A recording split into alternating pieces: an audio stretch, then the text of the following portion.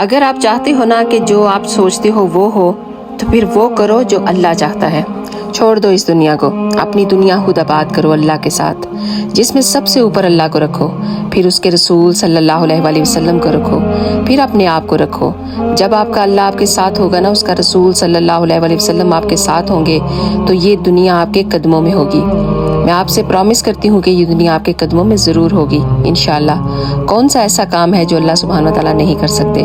اس کے تو صرف ایک کن کی دیر ہوتی ہے، اور یہاں آپ کی پریشانیاں اور تکلیفیں ایسے چلی جاتی ہیں جیسے کبھی تھی ہی نہیں۔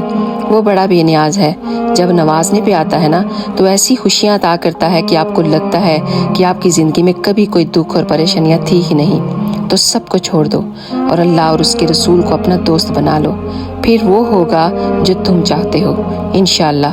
تو اگر آپ کو یہ ویڈیو اچھی لگی ہو تو پلیز ایک دفعہ اس کو لازمی شیئر کیجیے گا۔ جزاک اللہ خیر۔